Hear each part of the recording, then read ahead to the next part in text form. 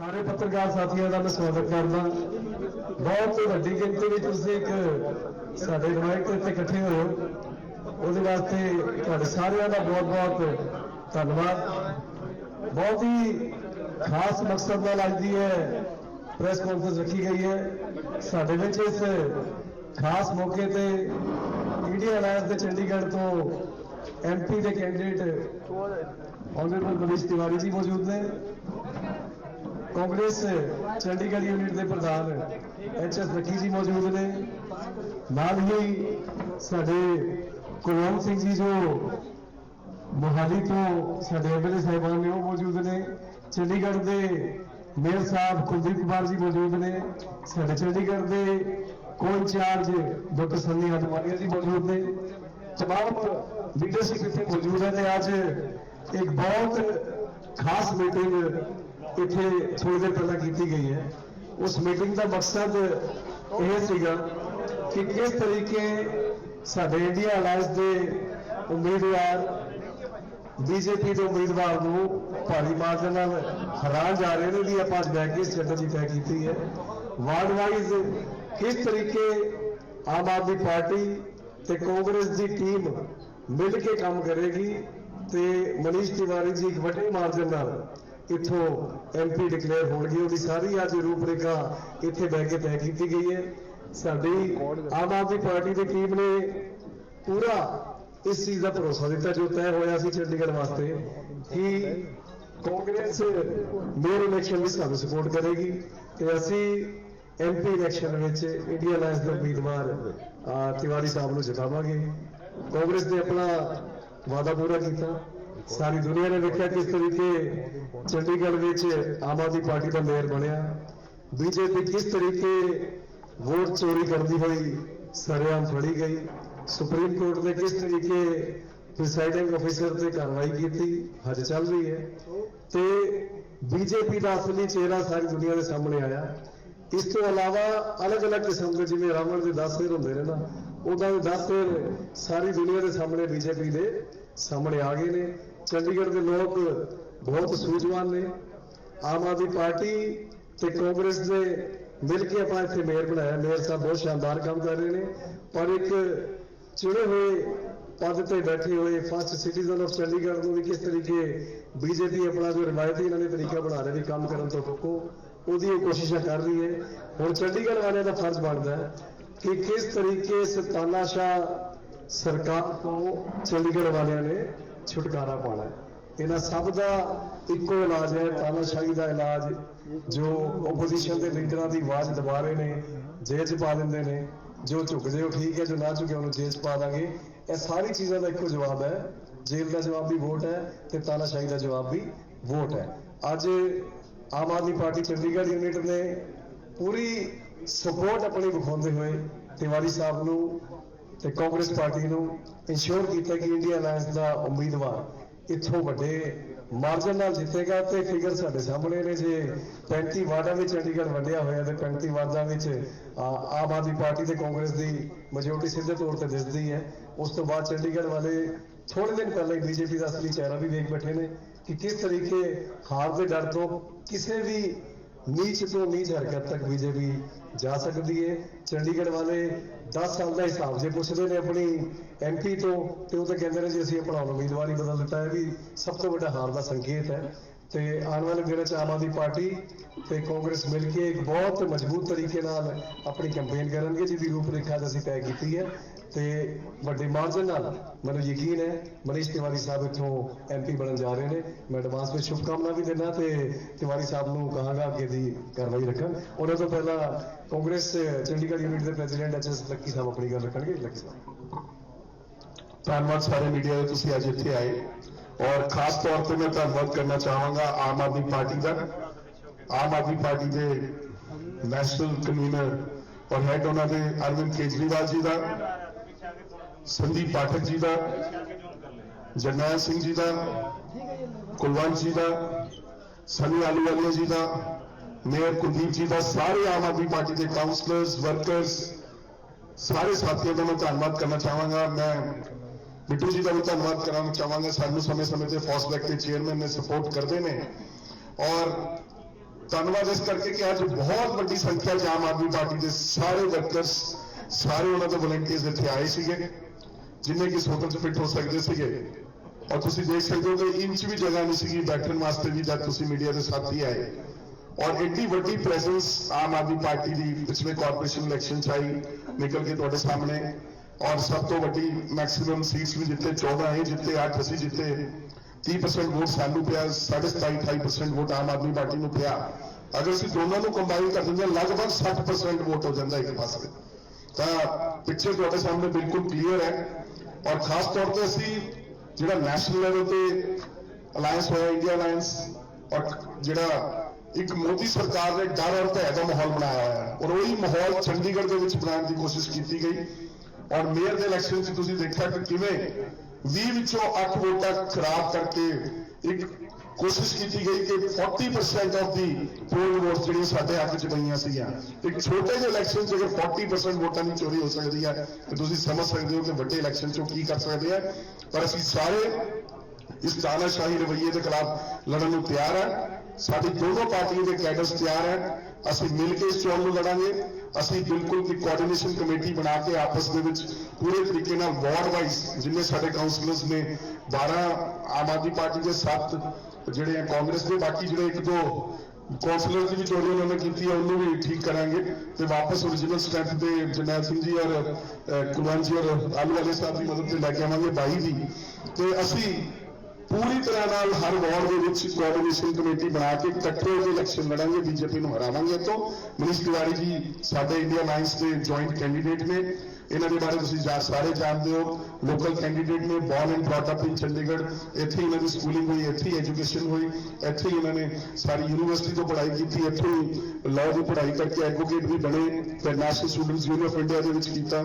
ਇਹਨਾਂ ਦੇ father Professor B.N. Tiwari, he was a Punjabi professor in Punjab University, and militants ने ਉਹਨਾਂ ਨੂੰ assassinate ਕਰ ਦਿੱਤਾ ਸੀ when he was a young boy in front of him. So he has faced that trauma. ਆਪਣੀ ਅੱਖੀਂ ਸੰਤਾਪ ਇਹਨਾਂ ਨੇ ਹੰਡਾਇਆ। ਔਰ ਇਹਨਾਂ ਦੇ ਮਦਰ ਨੇ ਵੀ ਬਹੁਤ PGI ਦੇ ਵਿੱਚ ਸੇਵਾ ਕੀਤੀ ਹੈ, ਡੈਂਟਲ ਦੇ ਹੈਡ ਸੀਗੇ, ਡੀਨ ਸੀਗੇ। ਸੋ ਇੱਕ ਅੱਛਾ ਸਾਫ ਛਵੀ ਦਾ ਉਮੀਦਵਾਰ ਜਿਸ ਤੇ 1 ਰੁਪਏ ਦਾ ਵੀ ਦਾਗ ਨਹੀਂ ਹੈ ਲਾਈਫ ਦੇ ਵਿੱਚ, ਉਹ ਸਾਥੀ ਇਹੋ ਜਿਹਾ ਪਾਰਲੀਮੈਂਟੇਰੀਅਨ ਜਿਹਨੇ ਵੱਖ-ਵੱਖ ਮੁੱਦਿਆਂ ਤੇ ਨਾ ਸਿਰਫ ਚੰਡੀਗੜ੍ਹ ਜਾਂ ਪੰਜਾਬ ਦੇ ਬਲਕਿ ਨੈਸ਼ਨਲ ਇੰਟਰਨੈਸ਼ਨਲ ਮੁੱਦਿਆਂ ਤੇ ਪਾਰਲੀਮੈਂਟ ਦੇ ਵਿੱਚ ਬੋਲਿਆ, ਰਿਨਾਊਡ ਪਾਰਲੀਮੈਂਟੇਰੀਅਨ, ਇਹੋ ਜਿਹਾ ਕੈਂਡੀਡੇਟ ਦੋਨੋਂ ਪਾਰਟੀਆਂ ਨੂੰ ਮਿਲਿਆ। ਔਰ ਸਾਰੀ ਦੋਨੋਂ ਪਾਰਟੀਆਂ ਦੀ ਮਿਹਨਤ ਨਾਲ ਮੈਂ ਇਹੀ ਕਹਾਂਗਾ ਕਿ ਸਾਨੂੰ ਇੱਕ ਵੱਡੀ ਜਿੱਤ ਪ੍ਰਾਪਤ ਹੋਏਗੀ। ਔਰ ਇਸ ਇੱਕ ਵਾਰ ਫਿਰ ਮੈਂ ਆਮ ਆਦਮੀ ਪਾਰਟੀ ਦੀ ਤਮਾਮ ਲੀਡਰਸ਼ਿਪ ਦਾ, ਕੇਜਰੀਵਾਲ ਸਾਹਿਬ ਤੋਂ ਲੈ ਕੇ ਨੀਚੇ ਸਾਰੇ ਸਾਥੀਆਂ ਦਾ ਬਹੁਤ-ਬਹੁਤ ਧੰਨਵਾਦ ਕਰਦਾ ਕਿ ਜਿਨ੍ਹਾਂ ਨੇ ਵੱਡਾ ਦਿਲ ਦਿਖਾ ਕੇ ਅੱਜ ਸਾਨੂੰ ਇੱਥੇ ਸਪੋਰਟ ਕੀਤਾ। ਜਿੱਦਾਂ ਮੇਅਰ ਇਲੈਕਸ਼ਨ ਅਸੀਂ ਵੱਡੀ ਜਿੱਤ ਹਾਸਲ ਕੀਤੀ ਸੀ, ਦੁਆਰਾ ਇਸ ਪਾਰਲੀਮੈਂਟ ਦੇ ਇਲੈਕਸ਼ਨ ਵੀ we are going to win hands down. ਔਰ ਤੁਹਾਡੀ ਸਾਰਿਆਂ ਦੀ ਮੀਡੀਆ ਦੀ ਸਪੋਰਟ ਵੀ ਜਿਸ ਤਰੀਕੇ ਮੇਅਰ ਇਲੈਕਸ਼ਨ ਵੀ ਮਿਲੀ ਸੀ, ਮੈਂ ਕਹਿਣਾ ਚਾਹੁੰਦਾ ਕਿਉਂਕਿ ਤੁਸੀਂ ਵੀ ਗਲਤ ਦੀ ਆਵਾਜ਼ ਖਿਲਾਫ ਆਵਾਜ਼ ਉਠਾਈ ਸੀ। ਪਹਿਲੀ ਵਾਰੀ ਸੀ ਕਿ ਸਾਰਾ ਮੀਡੀਆ ਇੱਕ ਪਾਸੇ ਸੀਗਾ, ਸਾਰਾ ਸੀਗਾ ਵੀ ਯਾਰ ਗਲਤ ਹੋਇਆ, ਔਰ ਆਵਾਜ਼ ਇੰਟਰਨੈਸ਼ਨਲ ਲੈਵਲ ਤੱਕ ਪਹੁੰਚੀ ਸੀ। ਸ਼ਾਇਦ ਚੰਡੀਗੜ੍ਹ ਨੂੰ ਇੰਨੇ ਲੋਕ ਜਾਣਦੇ ਹੋਣਗੇ, ਬਹੁਤ ਲੋਕ ਜਾਣਦੇ ਹੋਣਗੇ, ਪਰ ਇੱਕ ਵਰਲਡ ਦੇ ਕੋਨੇ ਦੇ ਵਿੱਚ ਅਗਰ ਕੋਈ ਜਾਣੇ ਤਾਂ ਤੁਸੀਂ ਜਿਹੜੀ ਇਹ ਸੱਚਾਈ ਦੀ ਆਵਾਜ਼ ਉਠਾਈ ਉਸ ਦੀ ਵਜ੍ਹਾ ਨਾਲ ਸੀਗਾ। ਬਹੁਤ ਬਹੁਤ ਧੰਨਵਾਦ। ਮੈਂ ਹੁਣ ਮਨੀਸ਼ ਜੀ ਨੂੰ ਰਿਕੁਐਸਟ ਕਰਾਂਗੇ ਕੋਈ ਦੱਸੋ।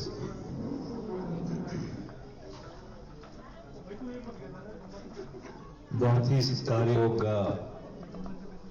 सरदार जरनैल सिंह जी, साडे चंडीगढ़ के कांग्रेस के प्रधान हरमोहिंदर सिंह लक्की जी, बहुत ही सत्कारयोग चंडीगढ़ के सब तो पहले नागरिक मेयर कुलदीप जी, साडे मित्र और साथी मोहाली तो MLA सरदार कुलवंत सिंह जी, साडे बहुत ही पुराने दोस्त बिट्टू जी, अज एडी बड़ी गिनती इतने आए। बहुत ही सत्कारयोग साडे पंजाब के को इंचार्ज आलूवालिया साहब, जिन्हों ने अगे होके ये मेयर की लड़ाई लड़ी सी और अज एडी बड़ी गिनती आए। मेरे सारे ही सत्कारयोग प्रेस के साथियों, सबसे पहले तो मैं आम आदमी पार्टी का, अरविंद केजरीवाल जी का सनी आलूवालिया जी का, जर्नैल सिंह जी का बहुत बहुत धन्यवाद देना चाहता हूं। बहुत मशकूर हूं, बहुत ऋणी हूं कि आज जो एक भारी समर्थन इंडिया अलायंस का के उम्मीदवार होने के रूप में उन्होंने मुझे दिया। दूसरा, मैं सनी आलूवालिया जी का, लखी जी का, बाकी उनके सारे जो काउंसलर साथी हैं, उनका धन्यवाद करना चाहता हूं कि जिस तरीके से उन्होंने आगे होकर चंडीगढ़ में लोकतंत्र को काबिज रखने के लिए, लोक राज को काबिज रखने के लिए बहुत ही एकता और दृढ़ता से लड़ाई लड़ी। ये बहुत जरूरी है कि हम आपके समक्ष इस बात को रखें कि हम ये चुनाव क्यों लड़ रहे हैं। इंडिया गठबंधन ये चुनाव इसलिए लड़ रहा है क्योंकि हम इस बात से वाकिफ हैं और इस बात को कहने में मुझे कोई संकोच नहीं है कि जो लोग आज सत्ता पे दिल्ली में काबिज हैं, अगर वो फिर से कामयाब हो गए तो 2024 इस देश का आखिरी चुनाव होगा। 2024 will be the last election in this country. हम चुनाव इसलिए लड़ रहे हैं कि जो संविधान डॉक्टर बाबा साहब भीमराव अंबेडकर जी ने हमें दिया था, उन्होंने और उनके जो साथी थे संविधान सभा में, जिस संविधान की उन्होंने संरचना की थी, उस संविधान की हिफाजत करने के लिए हम ये चुनाव लड़ रहे हैं। क्योंकि एनडीए भाजपा वाले निरंतर और लगातार इस बात को कहने में संकोच नहीं करते कि अगर वो वापस आ गए तो इस संविधान को खारिज कर वो अपना संविधान लागू करेंगे। तीसरा, जिस भारत के ख्याल को सामने रखते हुए लाखों लाख स्वतंत्रता सेनानियों ने अपनी जिंदगी कुर्बान करके इस देश को आजाद कराया, उस भारत के ख्याल की हिफाजत करने के लिए इंडिया अलायंस ये चुनाव लड़ रहा है। एक लोकसभा का चुनाव दिल्ली की सरकार बनाने के लिए लड़ा जाता है और आज पहले चरण के मतदान के बाद मैं ये बात बगैर किसी हिचक के कह सकता हूं कि 4 जून 2024 को इस देश में बदलाव होगा और इंडिया अलायंस की सरकार बनेगी। भाजपा दक्षिण में साफ है और उत्तर में हाफ है। ये 400 तो भूल जाएं, ये 150 नहीं पार करते। और आखिरी बात मैं ये कहना चाहूंगा अपने बहुत ही अति सम्मानित भारतीय जनता पार्टी के प्रतिद्वंदी को कि हम लोकसभा का चुनाव लड़ रहे हैं, म्यूनिसिपल कॉरपोरेशन का चुनाव नहीं लड़ रहे। उस मानसिकता से उनको अपने आप को आजाद करना पड़ेगा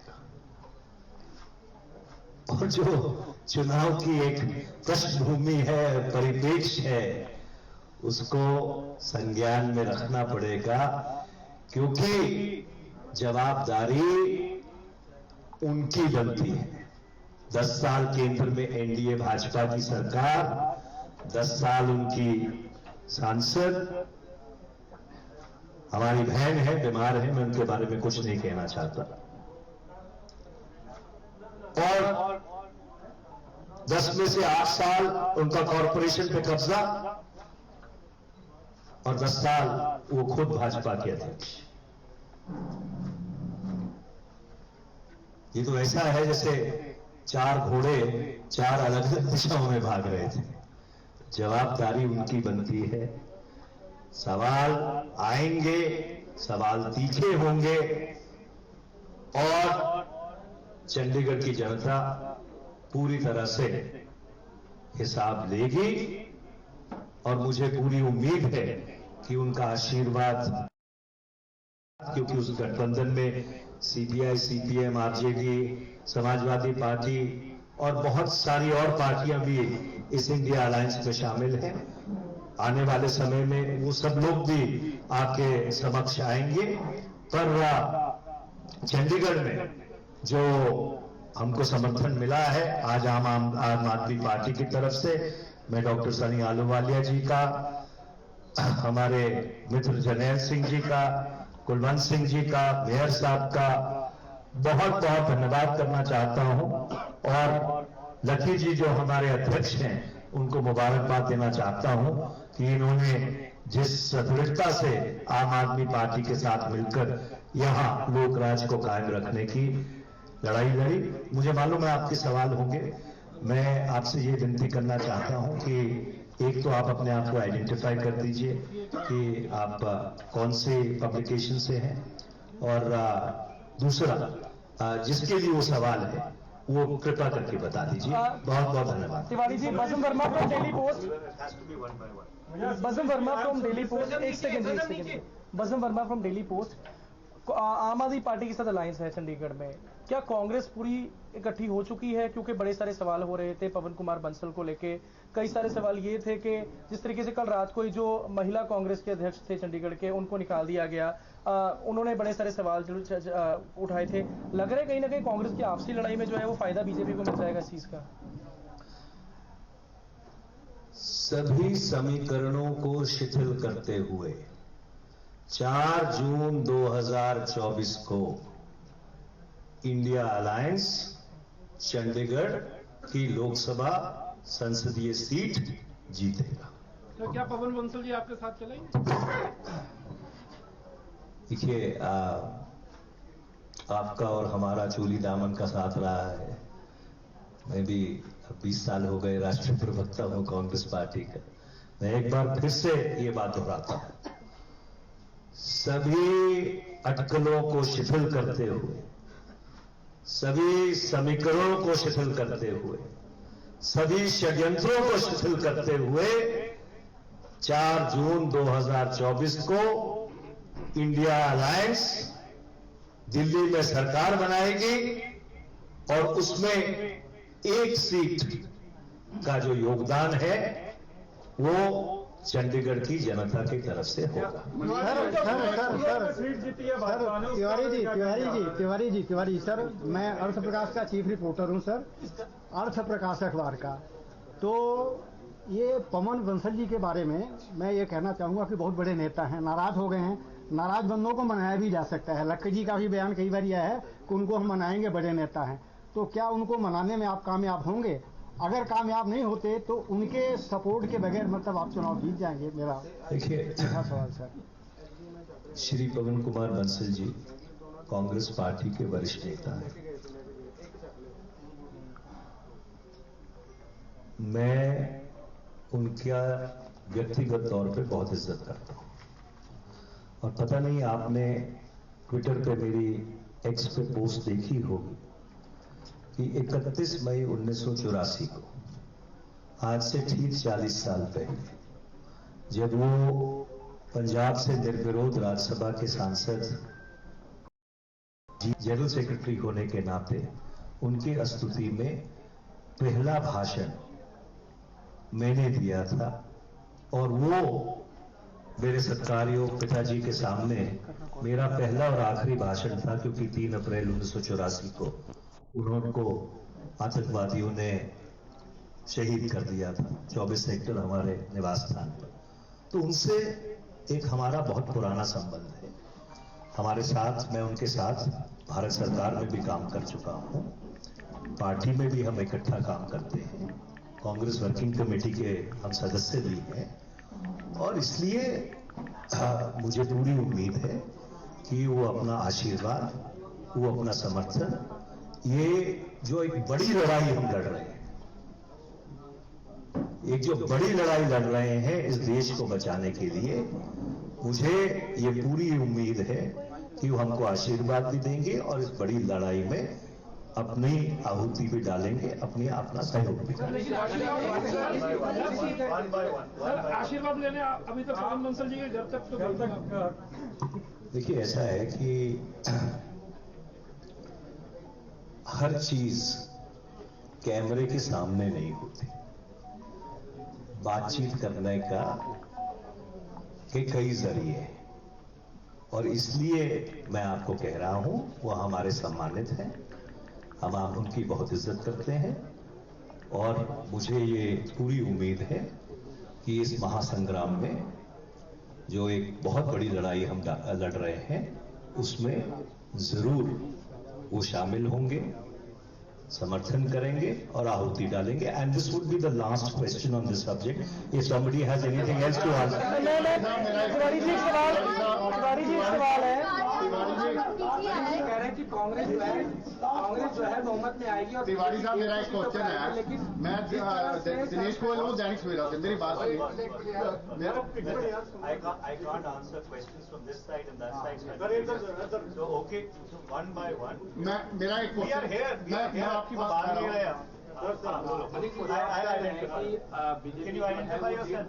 अमित पांडे हूँ न्यूज 24 से। आप कह रहे हैं कि बीजेपी जो है वो 150 सीटों पर सिमट के रह जाएगी।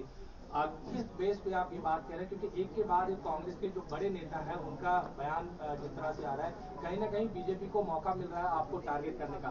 सैम पिट्रोदा की बाइट आज जिस तरह से आई, उनका जो बयान सामने निकल के आया, उसमें वो कह रहे हैं कि अगर कांग्रेस की सरकार बनती है, परसेप्शन इस तरह से कह रहे हैं कि अगर बनती है तो आधी जो एसेट होगा वो सरकार बनने के बाद सरकार ले लेगी। इस तरह के बयानबाजी जो आ रही, कहीं ना कहीं कांग्रेस को ये डेंट कर रही है। आप इस बात को मानते हैं? मैं इसका जवाब आपको बिल्कुल सीधा दे देता हूं। एक समय था जब हम 16-16, 17-17 घंटे चलचित्र के ऊपर बहस करते थे, आप ही के टेलीविजन चैनल्स पर।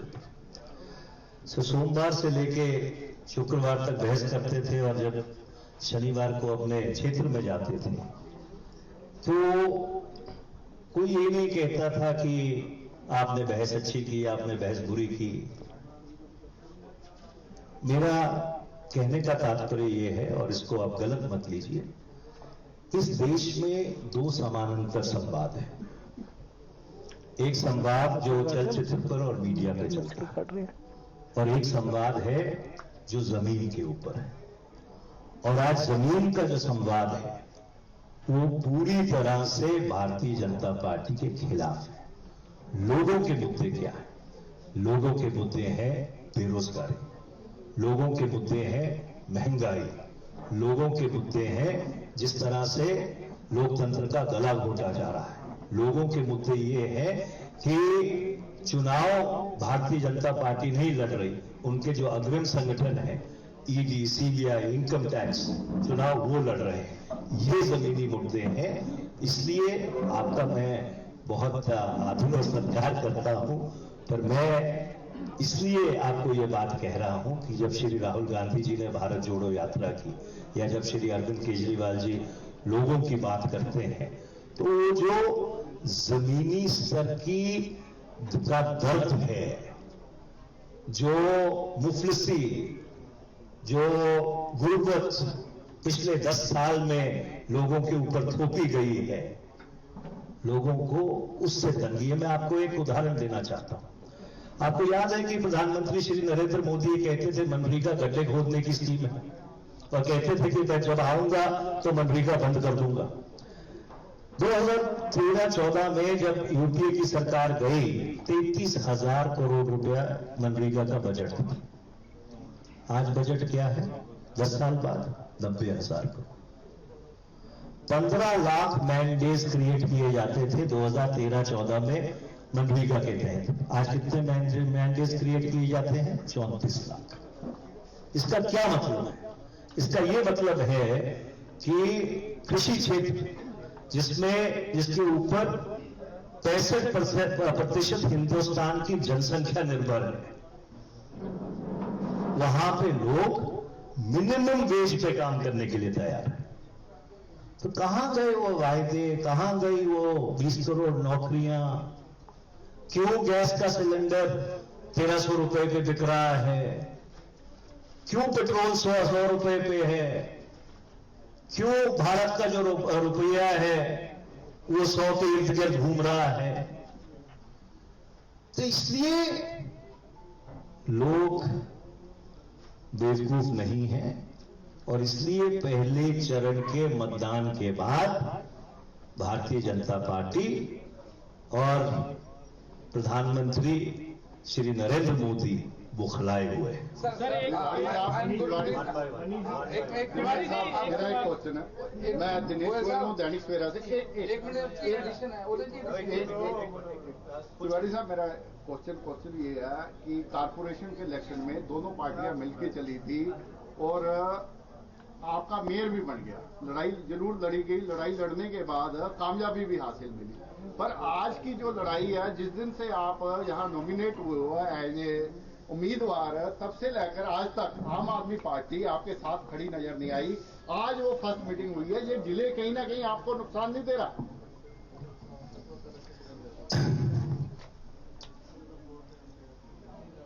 जब मैं 2004 में पहली बार लोकसभा का चुनाव लड़ा था तो हमने 3 अप्रैल को अपना चुनाव प्रचार शुरू किया था और 10 मई का चुनाव था। जब मैं दूसरी बार चुनाव लड़ा तो हमने 3 अप्रैल को चुनाव प्रचार शुरू किया था। 3 अप्रैल इसलिए क्योंकि उस दिन मेरे पिताजी की शहादत हुई थी। 13 मई को मतदान था। जब मैं 2019 में तीसरी बार चुनाव लड़ा तो 12 अप्रैल को हमने चुनाव प्रचार शुरू किया था और 19 मई का चुनाव था। आज 37 दिन पड़े, आखिरी चरण का मतदान है, समय बहुत है और सही समय पर जो सही काम होता है उसका नतीजा सकारात्मक निकलता है। सर एक सवाल है sir. I'm Gurpreet from NDTV. My colleague has already raised this question. How do you read Sam Pitroda's statement on wealth redistribution? Just in brief. Well, since you belong to a very, very esteemed channel, I'm quite sure that you must have seen Mr. Jairam Ramesh's reaction on that. I have nothing more to add or subtract to it. Sir ਇੱਕ ਮੇਰਾ ਸਵਾਲ ਥੋੜਾ ਜਿਹਾ, ਕਾਂਗਰਸ ਦੇ ਕੁਝ ਜਿਹੜੇ ਹੋਰ leaders ਨੇ ਜਿਨ੍ਹਾਂ ਨੇ ਅਸਤੀਫਾ ਦਿੱਤਾ ਹੈ, ਲੱਕੀ ਜੀ ਵੀ ਇਹਦਾ ਜਵਾਬ ਦੇ ਦੇਣ।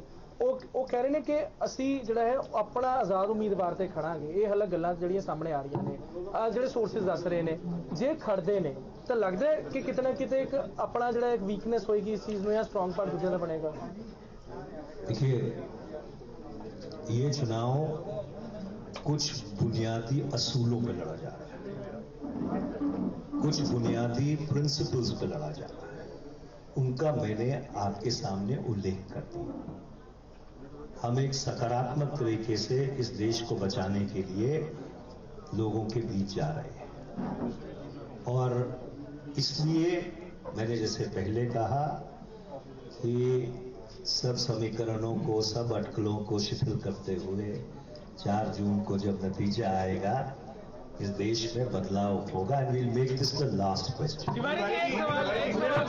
मेरा एक सवाल जर्नैल जी से, मैं बता, मेरा नाम ऋषु राज है और मैं अमर उजाला से हूँ। जर्नैल जी, आप चंडीगढ़ आम आदमी पार्टी के प्रभारी भी हैं। आम आदमी पार्टी पिछले 1.25 साल से आम आदमी पार्टी का संगठन नहीं है। आपको लगता है कि बिना संगठन के, कार्यकारिणी नहीं है, प्रदेश अध्यक्ष नहीं है, सेक्रेटरी नहीं है, आपको लगता है कि बिना इस कार्यकारिणी के आम आदमी पार्टी उस पुरजोर तरीके से लड़ पाएगी, उस ताकत के साथ लड़ पाएगी? And second question Tiwari ji से इसी में, कि आपका मैनिफेस्टो कब तक आएगा? आपके पहले का सवाल का मैं जवाब देता हूँ। आम आदमी पार्टी बहुत मजबूती से इस इलेक्शन को लड़ेगी और जीतेगी। इस चीज का कहते हैं जो समय निकल गया उससे बड़ा सच कुछ नहीं होता। कोई संगठन हमारा नहीं था पिछले कुछ टाइम से, आपकी बात सही है, पर हम कुछ कर सकते हैं उसका सबसे बड़ा प्रमाण ही हमारे मेयर साहब बैठे हैं। पिछले कुछ हफ्तों के दौरान, कुछ महीनों के दौरान ये हुआ है। और दूसरा, सवाल पूरे जोर शोर और पूरी मजबूती के साथ आम आदमी पार्टी और साथ में कांग्रेस मिलकर इस इंडिया अलायंस गठबंधन के अंदर एमपी कैंडिडेट जो हमारे हैं मनीष तिवारी जी उनको जिताएंगे। अगला सवाल का जवाब मनीष तिवारी जी देंगे। जनरल जी, मनीष जी एक आपसे ही है, राघव चड्ढा जी का क्या स्टेटस है? मेरे इलेक्शन में बिल्कुल सक्रिय थे, अब इतने बड़े इलेक्शन में वो है ही नहीं, अब आ भी गए फिर भी नहीं है। उनको कुछ हेल्थ इशू था उनकी आंख में, वो जल्दी हमारे बीच में, मैं कह रहा हूं जल्दी हमारे बीच में होंगे, जल्दी ही हमारे बीच में होंगे। आपने बात की बीजेपी 150 तक सिमट जाएगी, ये कंसर्न इसलिए पूछ रहा हूँ सर आपसे मैं, क्योंकि बीजेपी एक तरफ से ये दावा कर रही है कि 10 साल पहले जो सरकार थी बीजेपी आने से पहले, वो स्कीमों स्कैंडल्स की सरकार थी, हमारी स्कीमों की सरकार नहीं। एक सवाल ये हुआ। दूसरा सवाल सर, आप मैं कुलवंत जी आपके साथ जरूर है, लेकिन पंजाब में अगर कंसर्न देखा जाए, पंजाब में ये आपके बिल्कुल उलट है, वहां पर लड़ रहे हैं, तो आपस में कैसे पूरा समीकरण बिठाकर वो सब चला जाएगा? पहली बात तो मैं उनके सवाल का जवाब दे दूं, हमारा चुनाव घोषणा पत्र आ चुका है, कांग्रेस ने अपने न्याय पत्र को औपचारिक तौर पर घोषित कर दिया है। दूसरा, क्या लोकल मैन्युफैक्चरिंग ऐसा है कि मैं आपको पहले भी कह चुका हूं, बहुत सम्मान से हाथ जोड़ के राष्ट्रीय चुनाव लड़ रहे हैं, कॉर्पोरेशन का चुनाव नहीं लड़ रहे। अगर जरूरत पड़ेगी तो रथी जी और हमारे डॉक्टर अहलूवालिया के साथ कंसल्ट करके जरूरत पड़ेगी तो नामांकन के बाद आपके समक्ष कुछ ना कुछ जरूर रखेंगे। आखिरी जो सवाल आपके हैं, देखिए ऐसा है कि ये कोई पहली बात नहीं है। जो प्रगतिशील राष्ट्रवादी ताकतें हैं, वो प्रगतिशील राष्ट्रवादी ताकतें कभी कभी प्रदेश में एक दूसरे के सामने होती हैं, पर राष्ट्रीय मुद्दों पर एक होती है। कांग्रेस और वामपंथ पिछले 40 साल से केरल में एक दूसरे के सामने चुनाव लड़ती है, आज भी लड़ रही है, और जो राष्ट्रीय मुद्दे हैं या राष्ट्रीय राजनीति है उसमें हम साथ रहते हैं। तो ये कोई